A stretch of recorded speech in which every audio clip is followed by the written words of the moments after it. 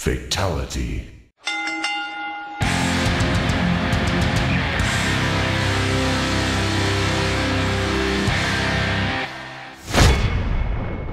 What is up? GoodMicWork commentaries back at you with episode 454. I am your host, Greg Morgan. We had a really interesting Raw and SmackDown this week, to say the least, so I'm going to concentrate mostly on those two shows in this episode. I'm also going to offer some opinions on the Mae Young Classic now that that tournament has wrapped up and we have a winner crowned. And aside from that, I'm just going to preview the No Mercy card, the current card that we have for that show coming up a couple of weeks on the WWE Network. And I might just mention one or two other news tidbits at the end, and that's probably going to be it. Haven't done this in a while, so for those of you that are regular listeners, I ask you to please indulge me while I welcome all of the new listeners aboard, those of you who have recently found my channel or have subscribed recently. Subscriber growth has not been that bad lately, so I know there's a lot of new ears listening to this. So please subscribe to my channel if you haven't yet already, and you can also go to my website, GoodMicWorkCommentaries.com. This YouTube video will be available over there, or you can download an MP3 podcast version of this episode straight to your device. Follow me on social media by liking my Facebook page. I even posted on Facebook last night that I really need to start posting more on that site. Right now, really all I do is post my commentaries there once a week. So I will start getting a little bit more active on Facebook for those of you who prefer Facebook over some of the other social media platforms. I do not have an Instagram account,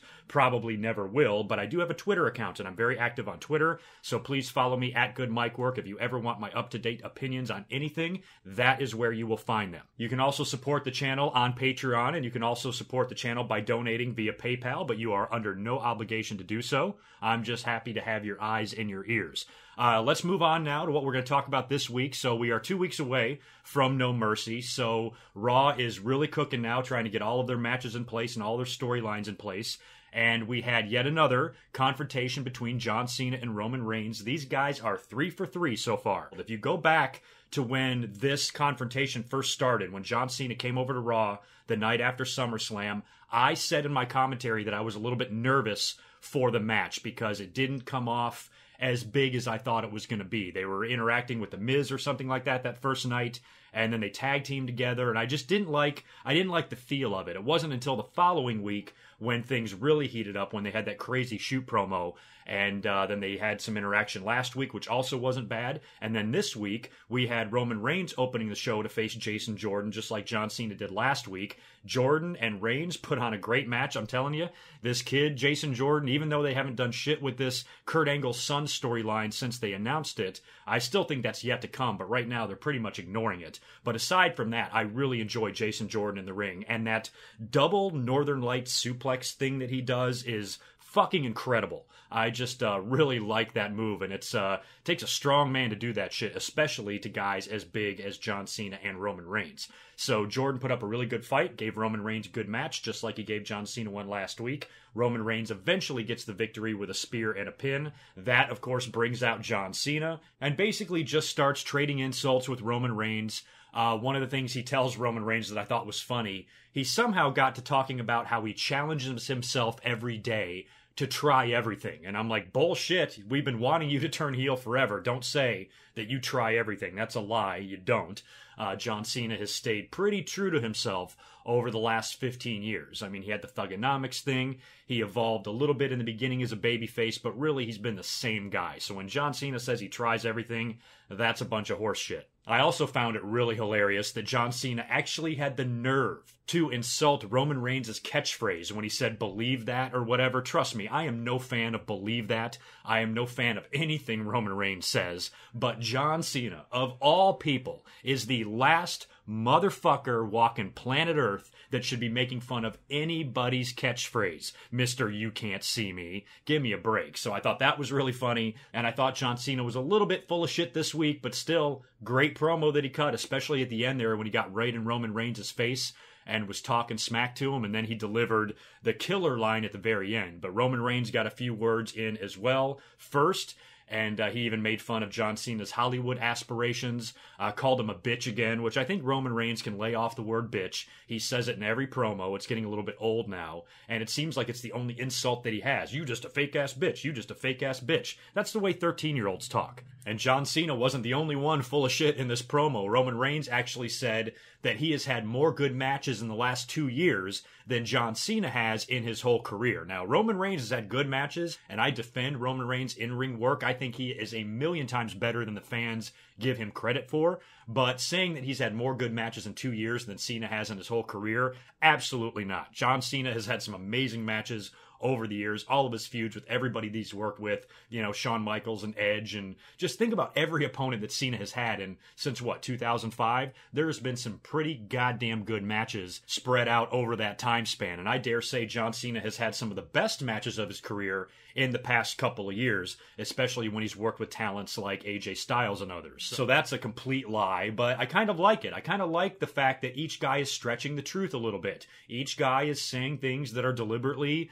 and provably untrue, but they're saying it anyway, very heelish on both guys' parts. And John Cena is really hammering home this idea that Roman Reigns is this conceited, arrogant, cocky jerk that thinks he owns and runs the WWE. It's his yard and he's in charge, and John Cena says, you're not in charge of shit. And then finally, at the very end, John Cena delivers the ultimate insult. It's something that I mentioned when these guys first got together on TV. When they cut that first shoot promo a few weeks ago, I said in my commentary that night that John Cena should have mentioned the drug test. And I had a feeling that it was still coming. I thought maybe they would save it for the go-home show. But John Cena ends it with, I guess he gets right in Roman's face, and he says something like, "You're just like a drug test. You'll never get past me," and drops the mic. And the crowd lost their shit. And even Roman Reigns, did you catch that? Even Roman Reigns was laughing. I mean, even he knew that was a good burn. I think he even said, "That's good." You could see his mouth moving, and I think he said, "That's good." So I'm not sure if he knew that line was coming or not. Maybe he knew that Cena was going to bring up the drug test. Maybe he just didn't know what he was going to say. So Roman kind of even popped for that one. So pretty good line there, and I'm glad that WWE at least acknowledged it and doesn't try to pretend that Roman Reigns is some, just baby-kissing good guy or whatever. He does have his flaws, and he does have his problems, and, when they suspended him last year, they brought him back and punished his ass off for it. So I'm glad that they're not ignoring that and pretending like it didn't happen, and that every single little kid should look up and aspire to be Roman Reigns. So, this talk of what WWE has in their head about Roman Reigns, he's going to be on top forever. That. He's going to be involved in main event matches for the rest of his career, in all likelihood, provided he doesn't fail any more drug tests. If he doesn't and he stays healthy, Roman Reigns, you're going to have to get used to him. He ain't going anywhere. He'll be on top for 10 years. But as far as him winning all the time, holding the belt for 2-3 years in a row, main eventing WrestleMania after WrestleMania after WrestleMania, even though he's done that recently, and he probably will do it again next year, that will not go on forever. Not even John Cena. He had his run there where he was on top all the time, year after year, and then, he slowly kind of just went down the card to where, I don't think John Cena will have another WrestleMania main event again unless it's against a major player, like a Roman Reigns, or maybe even a retirement match for John Cena or something like that. But his main eventing WrestleMania days, I think, are over unless they find a really huge match for Cena to have. Roman Reigns is right in the middle of his run now, but, this idea that the fans have in their head that he's exactly like John Cena, I don't think so. I think John Cena was much worse. I think John Cena's run in 2007, or whenever that really long stretch was, when he just had the belt forever and beat everybody, and in some cases buried guys, all the way up until 2010, when the SummerSlam main event happened, and that whole controversy with John Cena refusing to lose. And we haven't really seen that from Roman Reigns. Roman Reigns has done his fair share of jobs, especially since that drug suspension. And look at what Braun Strowman did to him all throughout the summer. So this feud with John Cena seems to really have the fans' interest because they're going to be so vocal and so involved in this. And plus, you take away all of the problems you would have with a normal Roman Reigns opponent. If he's facing somebody like a Finn Balor or somebody else that's younger, the fans would be freaking out because, if Roman Reigns wins, it means he's going to bury him. Everybody was saying that when he was facing Braun Strowman. He better never win, ever, because if he does, that means he's burying Braun Strowman. You're not going to have those type of complaints with John Cena. John Cena cannot be buried. And so, if anything, Cena's going to be the one to bury Roman. So, you know, that complaining that you always hear from the fans that if one of the guys that they don't like wins, it turns into a burial. All of that conversation is going to be gone with this match because these two guys are so big. The fans are always worried about them burying other people. Now they're facing each other. So in their mind, they don't give a shit who buries who. So at least all of that complaining will be out the window for this match, and the fans can really kind of choose who they want to see win. You know, it's the battle of who the fans hate the least, is what I've said time and time again. So, you know, we're going to get that, and we're going to find out in LA what side of the fence the fans fall on. But I think Roman and Cena have done a really good job making the fans believe that there's some true legitimate heat here. I said right off the bat that this would only work if these guys got personal, if they were shooting on each other, and that's what they've done. You know, it's gotten personal, it's got heated, there's been some really intense insults, and I think this is not the end of Roman and John Cena. It might be for right now, they might have their match at No Mercy, and then a few months go by before they clash again, but I can't imagine this being a one-off. I can't imagine Roman Reigns defeating John Cena and then Cena never coming back to get his victory back. And if John Cena is about to go off and do another movie or do another project, I know he's set to go off and do something at some point. So right now, him winning kind of seems unlikely. But, you know, the way he's been burying Roman on the mic, I think the fans might want to see John Cena win this. But whatever happens, I think these guys are going to trade a couple of victories with each other in the end. It might take a while. It might not. I mean, WWE hot-shotted this match at No Mercy. This is something that I thought they would save. So if they work at No Mercy and have a rematch, it might be at the very next pay-per-view. They might not wait until Survivor Series or Royal Rumble, but they could. And they could have the No Mercy match now and then have these guys face each other down the line at a bigger show, at one of the big 4 pay-per-views. Survivor Series, Royal Rumble, or WrestleMania. That's where I think the rematch might happen. So we'll have to wait and see. Right now, I've been saying for the past couple of weeks, my early prediction is Roman Reigns. I'll have my full predictions up to you next week. But right now, I think I'm sticking with Roman Reigns unless something changes my mind. And I'm still very curious about the match order here. I don't know if Roman and Cena are going to main event this thing or if Brock and Strowman are going to main event this thing. I mentioned last week that I'm an old school guy, and unless it's a really, really, really special situation, the title should always main event. And even though Roman and Cena is very special, I don't know if it's enough to bump a title match that has Brock Lesnar involved in it. Not to mention Brock's opponent is somebody that we really all want to see him face. It's not even a throwaway match or anything like that. It's not like Brock versus the Big Show. If it was Brock versus Big Show, then yes, Roman and Cena should main event. But Brock versus Strowman, you know, I think that match should close No Mercy, you know, regardless of who else is on the card. So, you know, that's my random thoughts for this week on Roman and Cena. I've talked a lot about these two in the past couple of commentaries, but they have a pretty big epic match coming up at No Mercy. So I would always like to hear what you guys think. You guys gave me a lot of opinions last week in last week's commentary, and I always have to choose my words very carefully because if I say anything positive about Roman or Cena, I'll be accused of defending them or being a WWE apologist or any other stupid-ass complaint that the fans read right out of the Smart Handbook. So I just want to let everybody know that I don't have any alliances either way here. I don't care about Cena. I don't care about Roman. I don't give a shit which one of them beats the other. I don't care. I just want to enjoy the match, and I want it to be good, and I want it to be something that we remember, and I don't think that there's anything wrong with that. Speaking of Brock and Braun Strowman, who I mentioned a minute ago, they had a really interesting interaction on Monday Night Raw as well, and this one shocked the hell out of me. Heyman and Brock come out on TV to cut a promo. Again, this is a segment that I think should have maybe taken place next week on the Go Home show. Because I don't know if Brock's going to be there or not. He might be. I haven't even looked at Brock's schedule. I have not even seen who is advertised for Raw next week. So it's very possible that Brock won't even be on the Go Home show. So I wish they kind of would have, you know, repositioned his appearance here to do this next week. Unless the two of them have another brawl and Brock comes out on the winning end of it next week in the Go Home show. I guess that's possible. But Brock and Heyman are in the ring, and Heyman is cutting a scathing promo on Braun Strowman and eventually calls Braun Strowman out. Braun Strowman's music hits. He starts power walking down to the ring completely fearlessly, gets in the ring, gets right in Brock's face. They immediately start brawling. And Strowman has got a match later on with John Cena, and he doesn't give a shit. He's out there fighting anyway. Brock gets a hold of him and hits him with a German suplex. Braun Strowman rolls completely through it, totally no-sells it, and Brock turns around to see Braun standing there. He can't believe it. Braun grabs a hold of Brock, nails him with a choke slam, and then hits him with his power slam and beats the shit out of Brock again. When was the last time you saw anybody come down to the ring fearlessly, get in Brock's face, no-sell his moves, and then proceed to beat the shit out of him? You know, fans complain about WWE pushing Roman like a superhero. Well, then what the hell do you call this? at least Braun Strowman is over. I love the guy. I think the fans do too.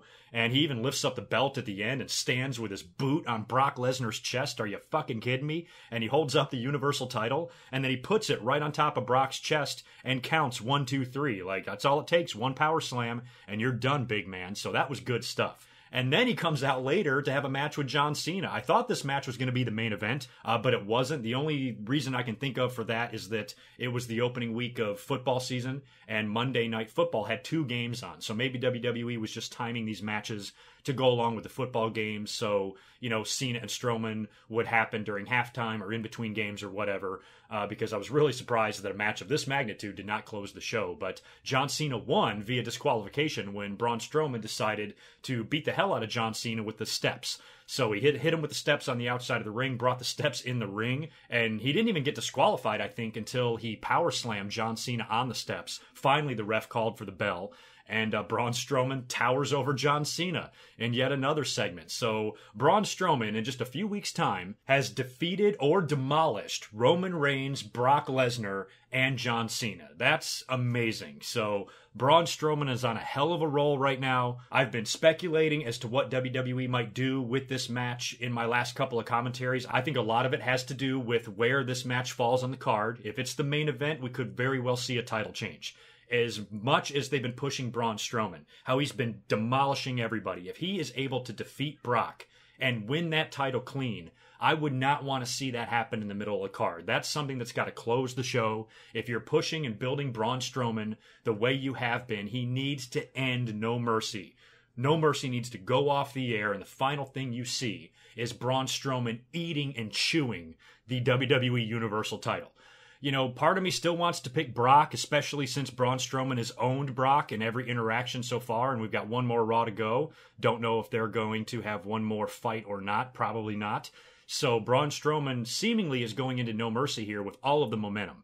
So Brock might be able to pull one off here and retain the title, and there's all that talk about him facing Roman Reigns at WrestleMania next year, which means he might have to retain that belt all the way until then. But like I said last week, if he gets past Braun Strowman, what do you do with Brock between now and WrestleMania? That's a lot of opponents, a lot of pay-per-view matches. Well, not a lot, probably 2 or 3. But you're going to have to put some guys in front of Brock Lesnar for him to continue to beat. But who now is left on the roster? Now that he's defeated Samoa Joe and Braun Strowman, who would be left to put in front of Brock? So I have been saying that I think there's time. If they really want to have Brock champion next year at WrestleMania to drop the belt to Roman, I think they can put over Strowman first, and maybe Brock can win it back in a rematch. That would be all right. What if Strowman goes into No Mercy and continues to roll? Just beats the hell out of Brock Lesnar, beats Brock the way Brock beat Cena at SummerSlam in 2014. What if it's a match like that? Braun Strowman is the new Universal Champion, and then maybe down the line at Survivor Series, you have a big rematch, or Royal Rumble, big rematch between Brock and Strowman, to where it's a hard-fought match, it's crazy, there's blood involved, and these guys beat the hell out of each other so badly that maybe finally Brock, on the verge of defeat here, somehow locks a submission in on Braun Strowman, and he's bleeding like Stone Cold at WrestleMania 13, and he has no choice but to tap out and lose the title. Even though it's a tap out after the run that Strowman went on, I think it's a match and a loss that he can recover from, especially if he already destroyed Brock Lesnar prior to this. I think it could be a really good match and a really good, epic, dramatic climax and finish to the feud between these two, and then Brock Lesnar can regain the title, go into WrestleMania to drop it to Roman, and then maybe Roman can have some title matches with Strowman after that. It gives Braun Strowman a run, it gives him a memorable feud, and I would only be for Braun Strowman tapping out if it was a situation like I just described, like it was the craziest brawl, maybe no holds barred, maybe a submission match, maybe something like that, something to where both guys are completely destroying each other, and I want to see them bleeding buckets of blood, even though in 2017 I know that really can't happen. And then if Strowman loses that way, the match will be so damn good, maybe the fans won't freak out about a tap out or anything like that, and Strowman can eventually come back and still win the belt back in the future, and he's not really buried or not diminished in any way.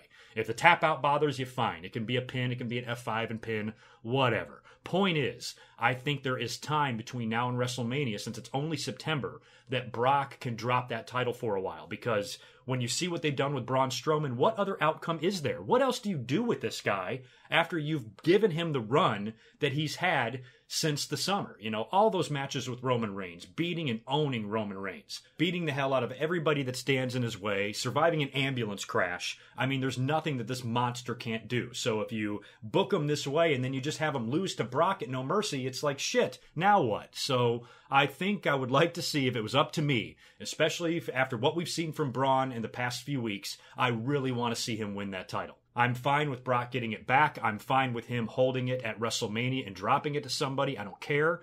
These two big matches for No Mercy are pretty intriguing, and this is clearly a two-match card here, and I just can't wait to see both of these things. So Roman and Cena and Braun and Brock, the build and the hype so far has been great. Let's hope the matches are equally as good. Another big segment that took place on Raw was the Miz Tv episode with Enzo. Now, before Enzo comes out, the Miz and Maurice have a big announcement for the crowd, and that is that Maurice is pregnant.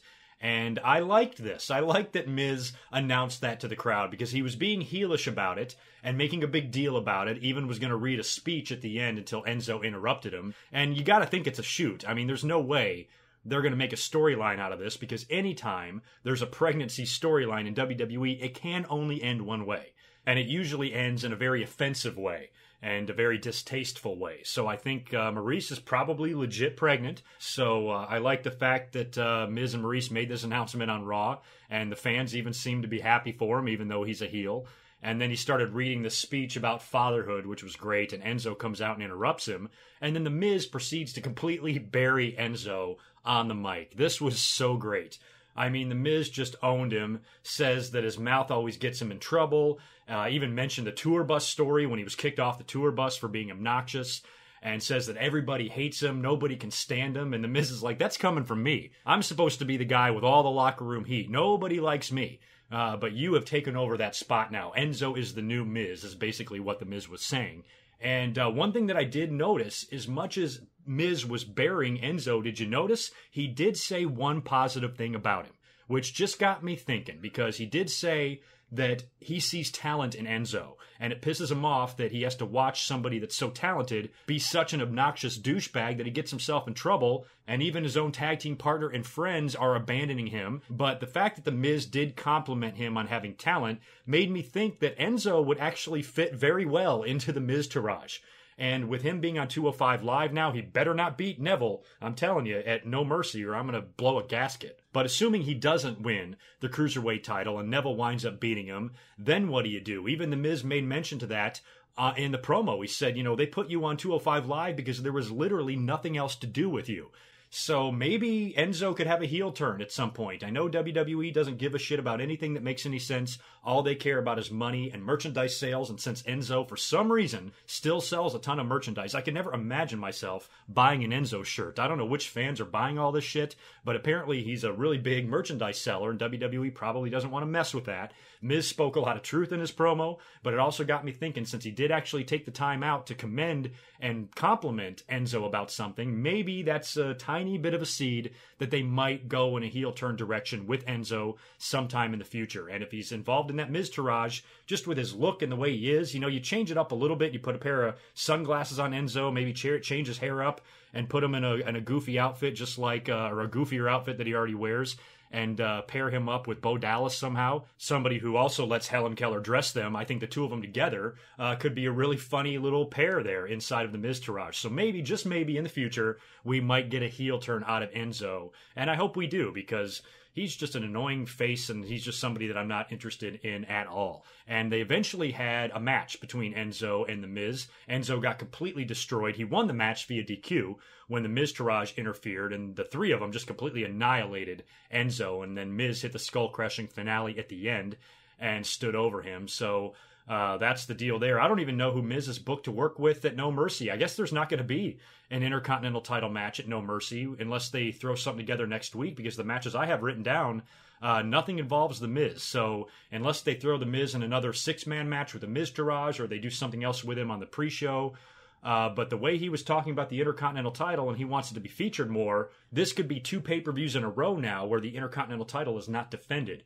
Unless, like I said, they throw something together at the last minute next week. But right now, it's not looking like it. So The Miz is not going to have to defend the title again at No Mercy, it appears. As far as what else we saw on Raw, we had Bray Wyatt defeating Goldust. I think Bray Wyatt cut a promo on the Tron before the match, and then he comes out and has a small little match with Goldust, ends up beating him, and then wipes the paint off of Goldust's face. Finn Balor has to run out there and make the save, and of course it's going to be Finn Balor versus Bray Wyatt at No Mercy. Not Demon Finn Balor, but regular Finn Balor. But what confused me about this is that whatever happened to that whole Goldust is looking for a protege thing? He cut that promo before SummerSlam, made it seem like he was going to be looking for someone to manage. We all started speculating that maybe Goldust is going to retire and become a manager instead.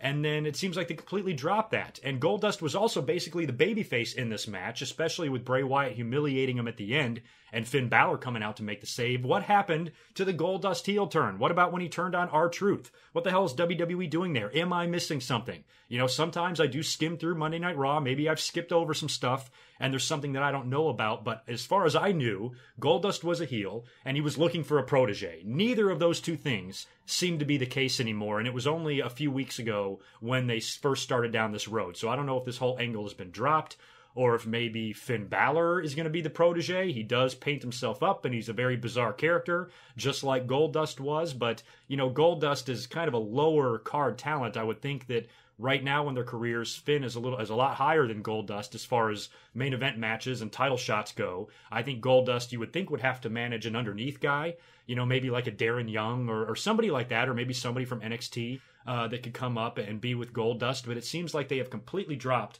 this angle. So I don't know if they'll bring it back or what the hell's going on there.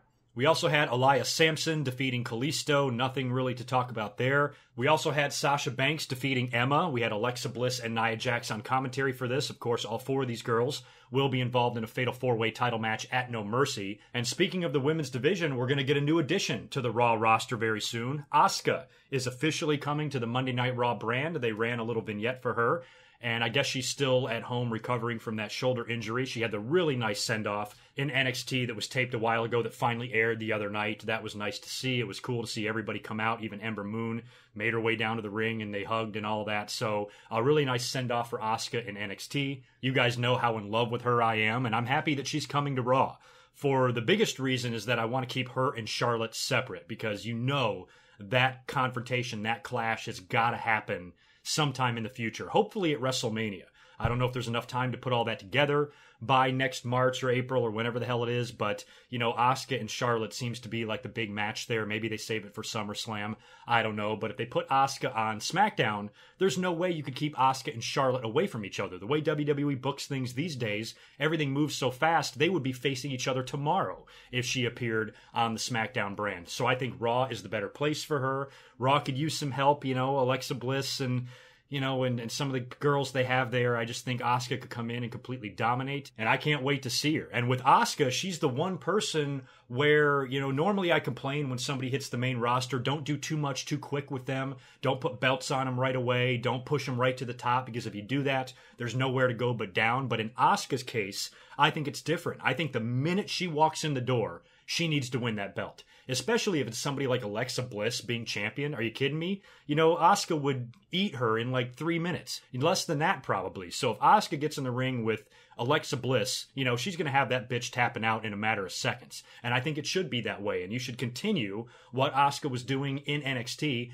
on Monday Night Raw. Now, after the Mae Young Classic, there's a lot of good girls. There's a lot of good women's wrestlers that are coming into the company that I think can sustain the division for a long time. But currently, what they have on the 2 brands isn't all that strong, and I still think 2 titles is too much for this current crop of girls. So if you had Asuka immediately win the belt on Raw, and then you had Charlotte win the belt in the next several weeks on SmackDown, and the 2 of them go undefeated and demolish everybody going into WrestleMania, they could have a unification match. Asuka versus Charlotte, title for title. The winner, there will be one female champion in the company. I would like to see the women's division exclusive to one brand. You know, Raw is 3 hours. They could put the women over there. They could move the cruiserweights to SmackDown and just have the cruiserweights over there. I think it would be much easier, especially since they tape 205 Live after SmackDown or before SmackDown or whatever the hell it is. So, you know, I think that would make more sense, but I don't think the WWE will ever put the girls on just one show. I think they want them spread out. So my idea for the unification match, I know will never happen. WWE will not do it, but it would be something that I think would be fun if they did. But Asuka being on the Raw brand is great. Hopefully she'll win the belt as soon as she gets there, go on a big roll. That might be why they're positioning Nia Jax to win the title. I think maybe she will. Maybe not at the Fatal 4-Way. She could, you know, but maybe not right away at No Mercy. Maybe after that, she'll eventually have a one-on-one match with Alexa Bliss because they're supposed to be friends, but they're kind of at odds right now. Maybe the match finally does happen. Nia Jax wins the belt, and then Asuka comes in and takes it from her. Might be a little bit more believable. Might actually have the fans think that Nia could retain. Those girls worked in NXT together. I remember Asuka and Nia Jax working on a takeover show or something, and Asuka did defeat her, but maybe they want to have the bigger girl, the stronger girl champion when Asuka gets there. So I wouldn't be surprised if Nia Jax does get her hands on that title. I don't think it'll be Sasha Banks again, the way they give it to her and take it off of her so damn quick. I think Nia Jax might be the one to be champion by the time Asuka gets to the main roster. So I'm excited to see her, and I'm happy that she's going to be making her debut on the Raw brand. So get well soon, Asuka, and get your ass over to Raw and start beating some girls up. They ended up doing an 8-man tag for the main event of Raw, which was kind of boring. It was set up earlier on in the show. I forgot how it was even set up. I want to say it was Sheamus and Cesaro taking on Gallows and Anderson, and Dean and Seth were on commentary. The match never got underway because Dean and Seth started brawling with Sheamus and Cesaro on the stage during the ring entrance, so the match never got underway. Kurt Angle said that he's going to make an 8-man tag between Gallows and Anderson, Sheamus and Cesaro versus Dean Ambrose, Seth Rollins, and two partners of their choosing. So they inevitably go find the Hardy Boys, of course, and the Hardys and Seth and Dean did defeat Sheamus and Cesaro and Gallows and Anderson in a pretty uneventful main event match. So that is pretty much your Raw in a nutshell. Pretty good. Really good stuff between Roman and Cena. Really good match between Jordan and Roman. Really interesting interaction between Brock Lesnar and Braun Strowman. The Miz Tv segment was a lot of fun. The Asuka announcement was awesome. So all in all, Raw was a decent show. As far as what we've got set for No Mercy so far, these are the matches I have written down. Braun Strowman versus Brock Lesnar, John Cena versus Roman Reigns, Dean Ambrose and Seth Rollins versus Sheamus and Cesaro for the tag team titles, the women's fatal 4-way match between Nia Jax, Sasha, Emma, and Alexa, Neville versus Enzo for the cruiserweight title, and Bray Wyatt versus Finn Balor. They're going to have to add something there. The Hardys will have a match. The Miztourage might have a match. We got to have a kickoff match, probably another cruiserweight match of some kind. So we've got a couple of matches to add here, but they really only have one more week to do this. So we'll see how many more they tack on to this No Mercy card. Let's move on to SmackDown now, because SmackDown was equally as interesting, if not more so. I wanted to talk about this right in the opening part of the show because I couldn't wait to discuss what happened between Kevin Owens and Vince McMahon. It was advertised last week that Vince would be making his return to SmackDown this week, and the show opened up with Kevin Owens coming out and cutting a promo saying that the reason he didn't fight back last week against Shane McMahon when Shane was kicking his ass is because he has respect for authority, and now that there is an authority figure beating the hell out of him and insulting him, that he's going to sue the WWE. And once he sues the WWE, that it's going to be forever known as the Kevin Owens Show because he's going to own the WWE.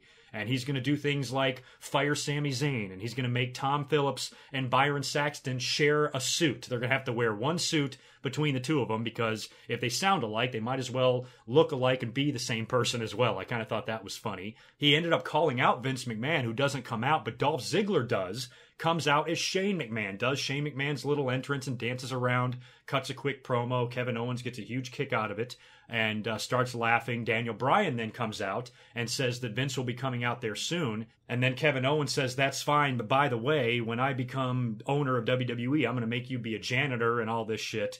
And I like Daniel Bryan's burn. He had a pretty good comeback. He goes, hey, I'm not opposed to doing a little hard work and a little bit of manual labor, and maybe that's something you want to try. So I guess making reference to Kevin Owens' weight.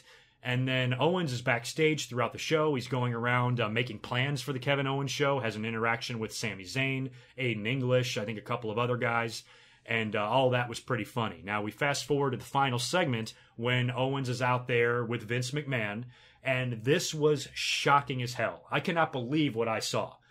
Vince McMahon says he's not scared of lawsuits, and he'll make quick work of Kevin Owens in the courtroom if Owens decides to take it that far. He also officially announced the match that we had a feeling would take place at Hell in the Cell. It's going to be Shane McMahon versus Kevin Owens inside the Hell in the Cell. And Owens then says that he wants Vince McMahon to promise and give him his word that he will not be fired after he murders Shane McMahon in this Hell in the Cell. And he also says that he wants Vince to give his word that he can beat up any McMahon if he's provoked. And Vince says, fine, you have my word. And then Kevin Owens nails Vince with one of the most vicious fucking headbutts I've ever seen. This was Kurt Angle and Samoa Joe and TNA level headbutt here. I mean, Owens nailed this 72-year-old man right in the head. Vince immediately bleeds. This was not a blade job. This was legit hard way. You could see it. And Owens just, bam, right in Vince's forehead. Vince goes down like a ton of bricks. Blood immediately starts flowing from his forehead. And then Owens starts kicking his ass. And then he even hits a frog splash on Vince McMahon. Vince, what are you doing, man? You know, you're 72. You know, Vince is a tough bastard. I still think that even at 72 years old, Vince can take some bumps. I have no problem with him taking a bump every now and then. Remember Roman Reigns beat him up a couple of years ago, hit him with a Superman punch and little things like that. You know, bumps like that are okay. Vince can do it. Mae Young was going through tables at 82 years old, and Vince is a hell of a lot better shape than Mae Young, and he's 10 years younger. So Vince taking some bumps here and there, no big deal, right? But don't put your brain at risk. Jesus, I mean, who's that guy in Japan that will never wrestle again because he hit somebody with a headbutt so hard that he caved in his skull? I mean, Jesus, I mean, you got to be so careful with that. And Vince just took that thing like a boss. Say what you want about Vince McMahon. Yeah, he's crazy. Yeah, he pisses a lot of us off with his philosophy and his the way he runs WWE. And a lot of people think WWE would be better off without Vince. I agree and disagree with that. I think there's pros and cons to Vince eventually going away and passing away. But it doesn't look like he's dying anytime soon because he's taking headbutts to the face at 72 years old. So I think it was an unnecessary bump. I mean, it added a lot to this match now. I mean, they're trying to get this match worthy of a Hell in the Cell. They're doing this quick. You realize that last week when Kevin Owens is talking about Shane McMahon's kids and it's getting personal and now he's beating the hell out of Vince McMahon. Eventually they tear Kevin Owens off of Vince. Stephanie even comes down, stares down Kevin Owens. You got to wonder where Triple H stands in all of this in storyline. I guess Triple H is going to have nothing to do with this, but if you remember, Triple H is the one that helped Kevin Owens win the Universal title on Raw. He seemed to be Triple H's new guy and new project, and Triple H seemingly has always had Kevin Owens back. How does Triple H feel in storyline about what Kevin Owens did to Vince McMahon? Especially with his wife out there staring Kevin Owens in the face and all of that. So you got to think that Shane McMahon's going to be pretty pissed off now. Vince McMahon might even reinstate Shane now that he took a beating from Kevin Owens. Eventually, maybe after the Hell in the Cell match is over, Shane will resume his duties as general manager or commissioner or whatever the hell he is. Or maybe he won't. Maybe Shane will have one more match here with Owens and then leave for a while. And Daniel Bryan will either be on his own or somebody else will be in charge. I don't know. But I absolutely could not believe that segment between Owens and McMahon and the way Kevin Owens nailed him with that headbutt like that. And you could even see Vince, you know, after he was done cutting his promo, he takes the mic away and he's talking to Kevin Owens. And I swear to God, he's saying, hit me now, damn it. You know, and a lot of fans were saying, well, I wonder if Vince okayed that headbutt. What do you think? You know, I couldn't believe how many people were saying that. Pretty sure Vince okayed that headbutt. Pretty sure it was Vince's idea. No shit, it was Vince's idea. Kevin Owens, do you think Kevin Owens would have the balls to headbutt a 72-year-old Vince McMahon, chairman of the WWE, in the head and bust him open if Vince didn't see it coming? You know, Kevin Owens would be fired. We'd be reading Kevin Owens has been future endeavored from the WWE on WWE.com right now. That would be the headline. So yes, it was definitely planned. Absolutely. Vince McMahon 1,000,000% came up with this idea and he wanted to make it real. And he did. He did it by sacrificing his own body and his own head and potentially his own face. Vince is lucky that Owens didn't catch him in the nose or make it even worse. I mean, Owens knew exactly how to throw that headbutt, hit him perfectly with it, square in the forehead. That little dot you saw when the blood started trickling, that was literally in the center of Vince McMahon's forehead. So Kevin Owens, I guess, delivered that headbutt as safely as possible. I mean, if Vince wanted to be hit hard and he wanted to bleed, You know, I mean, Kevin Owens is really, there's a lot of room for error there. So props to Kevin Owens for, I guess, being as safe as possible, even though Vince probably had one hell of a headache that night, I would assume. So I guess as a fan, I would say thank you to Vince for adding heat to this feud and taking such a vicious bump, but I don't think it was necessary. Vince, be careful, man. Be careful. You are no spring chicken anymore. This SmackDown was also loaded with title matches. We had 3, count them, title matches on SmackDown. We had AJ Styles defeating Ty Dillinger in a U.S. title match, beat him with the calf crusher. Really good match there. AJ still has his issues with Baron Corbin. Baron Corbin came down and attacked both of them after the match. They did a handshake, and there was a show of respect between Dillinger and AJ after the match. And Baron Corbin comes down and beats them both up, and Baron Corbin will be getting a U.S. title shot next week against AJ Styles. So we're going to have yet another title match next week on SmackDown for the U.S. belt. Corbin getting his title shot. He might win this, I'm not sure. Another title match that we saw was Natalya tapping out Naomi. Naomi ended up tapping out after she got posted on the outside of the ring by Natalya. Naomi dove onto James Ellsworth and Carmella, who were on commentary for this match, and tried to get involved. And Natalya was able to take advantage of that, tap out Naomi, and successfully retain the women's title. No threat of a cash-in this week. I guess they're still holding that off as long as possible. The other title match, the third and final title match that we had on SmackDown, was yet another great tag team match between the New Day and the Usos. This was a street fight, incredible match as always, as is the case with these two teams. And the New Day regained the tag team titles, so they are champs once again. I think they are 3-time champs now, or something like that, maybe even 4. Pretty sure 3. And wound up beating the Usos in an incredible match. And aside from who wins and loses here, I just want to give both teams props because they have really made tag team wrestling fun to watch on SmackDown. It's been great. I like the tag teams on Raw. I love Sheamus and Cesaro. I like Dean and Seth. But I have been so impressed with the work of the New Day and the Usos. These two teams are like peanut butter and jelly. They work so well together. The matches are so good. And with the New Day winning again, I kind of had a thought. I originally thought that when New Day came over to SmackDown, eventually they would maybe split up. Big E has got a ton of potential. He's a big, strong guy that can get really insane at times, and I think would be a great singles character and could have a successful singles run. But the way they're pushing New Day, it makes me think that WWE wants to make the New Day the new iconic team of the future, or of modern day teams, I should say. You know, we haven't had a really super over team that's been very decorated in a long time. You think back to the days of the Dudley Boys and Edge and Christian and the New Age Outlaws and some teams like that. I think WWE wants to create something like that with the New Day. They've already defeated Demolition's record of the longest tag team champions of all time. Now, if you give them a whole bunch of title reigns, they can kind of build the New Day as the most decorated team in WWE history at some point. They can eventually get to that. As far as what else we saw on SmackDown, we had a Rusev promo backstage, and he talked about how he went back to Bulgaria to kind of collect himself because he's been humiliated lately, especially with that match at SummerSlam against Randy Orton. And he said that his family kind of rejected him and they were embarrassed by him. And he says that he needs to get his killer instinct back. And the only way to get that back is to break a legend. So apparently Rusev is going to have his eyes set on some WWE icon, and he's going to beat the hell out of him. I don't know if this is a current legend, like a Randy Orton, or this could be a Hall of Famer of some kind. I even looked at the next string of SmackDown shows just to see where they were, and the next few cities that SmackDown is in, the cities don't give me any hints as to who this would be. I was looking for them to be in San Antonio, so maybe Shawn Michaels could come out, or maybe Orlando. Shawn is in the Performance Center there now, so if they were in one of those two cities, I was thinking that maybe Shawn could have something to do with this, and Rusev could beat the hell out of him. He's been out there dressed as Colonel Sanders lately, as we've seen, so Shawn Michaels is around. He could come in and take a beating from Rusev if they wanted. Other than that, I don't know who Rusev is referring to, and I don't know how long it's going to take for Rusev to break this legend. I don't know if we're going to see this next week or whatever. I don't know if this is going to be somebody that's a little bit younger or like an old-time legend. I don't even know. So I haven't even seen any speculation. I haven't even heard the fans say one thing about who this legend can be. So if you guys have any ideas on who Rusev will break, feel free to let me know. We also had Shelton Benjamin and Chad Gable beating the Hype Bros in a match. After the match, they attempted a handshake, and Zack Ryder got pissed and left. So here we thought that it might be Mojo Rawley to turn heel on Zack whenever they break up the Mojo, or the Hype Bros. I always call them Mojo Bros for some reason. But whenever they break up the Hype Bros, we kind of thought it might be Rawley that would turn heel, but it looks like it might be Zack. So poor Zack Ryder. I don't know if a heel turn would even mean anything for him.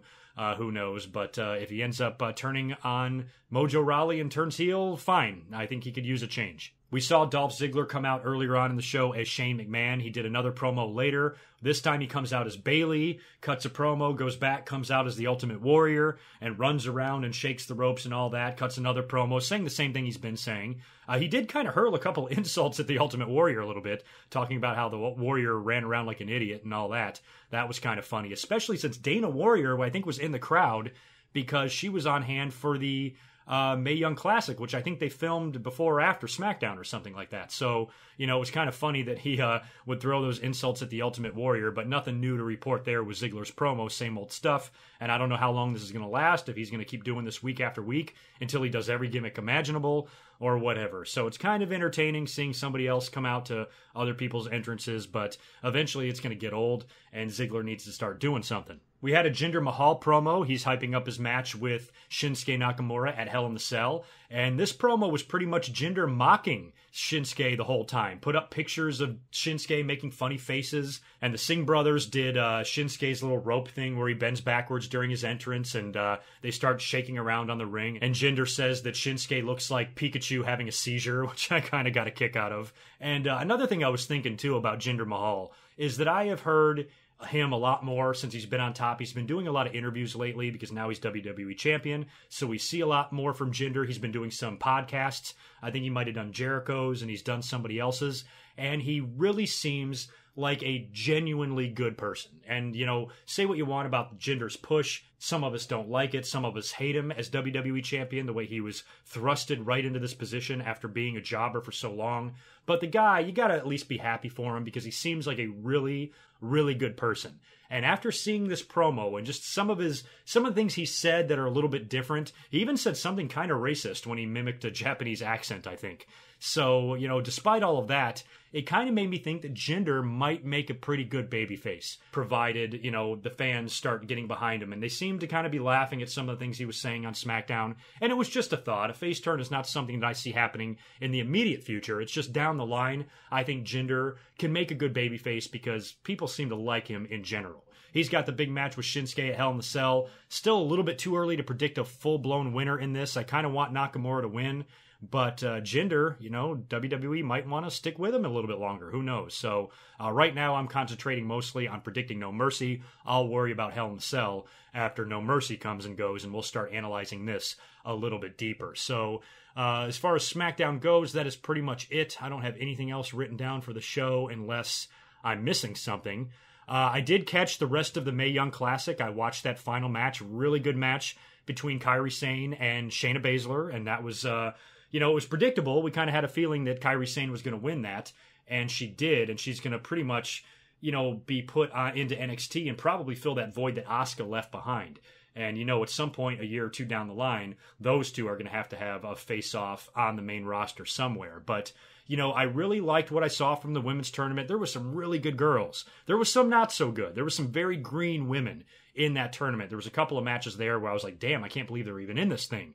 But some of the names that are around, like the Toni Storm and Dakota Kai and Candice LeRae and Bianca Belair and Abby Laith and Rhea Ripley and others. There was a lot of good women's talent in there, and I didn't realize it was that good. Some of these girls I had heard of and seen before. Some of them I haven't. I've always been interested in Rachel Evers' career. I still think she's got a ways to go. She still seems, not quite ready, but she's Paul Ellering's daughter, and I've always been a really big fan of Paul Ellering, and I've been following her ever since she started training with Lance Storm. So I'm really hoping that she gets better and gets good enough to have a roster spot, just because of the family name. I'm a big Paul Ellering fan, and I want to see Rachel do well. But some of those other girls that I just mentioned really impressed me in the tournament, and I'm not sure how many of them are signed to contracts or not. I know a few of them are, but the women's division is looking promising in the WWE. Because after everybody initially left, the Baileys, the Sasha Banks, the Paiges, the Charlottes, all those girls when they left NXT, kind of left this emptiness, and WWE tried their best to build up and rebuild the women's division, and they did okay with it, and they had some good girls there, and of course Asuka was the crown jewel of that, but I'm really optimistic now for the future of the women's division after seeing what all these girls did in the tournament and how much potential a lot of them have and how impressed I was by a lot of them. So props to every single female in that tournament. You gals did great, impressed the hell out of me, and I was entertained. And I thought it was a really good final match. And Shayna Baszler also has got a pretty big future in WWE, I'm sure, because she's she's kind of like a tougher, dirtier, more rough around the edges Bayley. Did you notice that? She just slightly resembles Bayley a little bit, just a little bit more rough and tough version of that. Somebody that can actually kick somebody's ass because she has the MMA background as well. So the one thing I was most impressed with the Mae Young Classic is how many good women wrestlers there are out there.